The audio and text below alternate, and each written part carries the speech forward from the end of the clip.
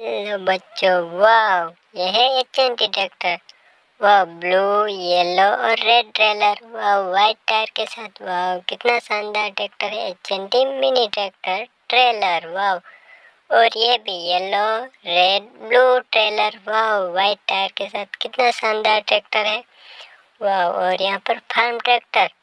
वाह कितना शानदार, red tyre green tractor farm tractor. वाह कितना शानदार है। वाह नाइस ट्रैक्टर।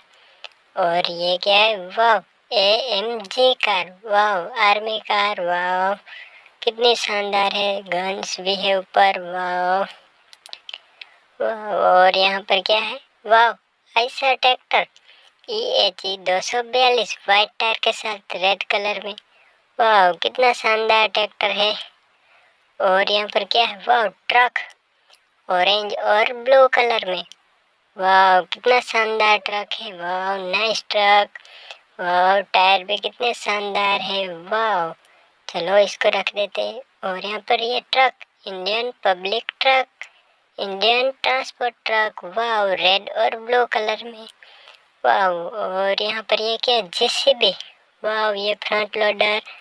वाह टायर भी कितने शानदार है। ये बैक लोडर मूवेलेबल है। वाह ये फ्रंट। वाह कितना शानदार जेसीबी है। और ये वाह ट्रैक्टर, वाह कितना शानदार है, ये येलो कलर में। वाह चलो बच्चों, लाइक करो, शेयर करो, सब्सक्राइब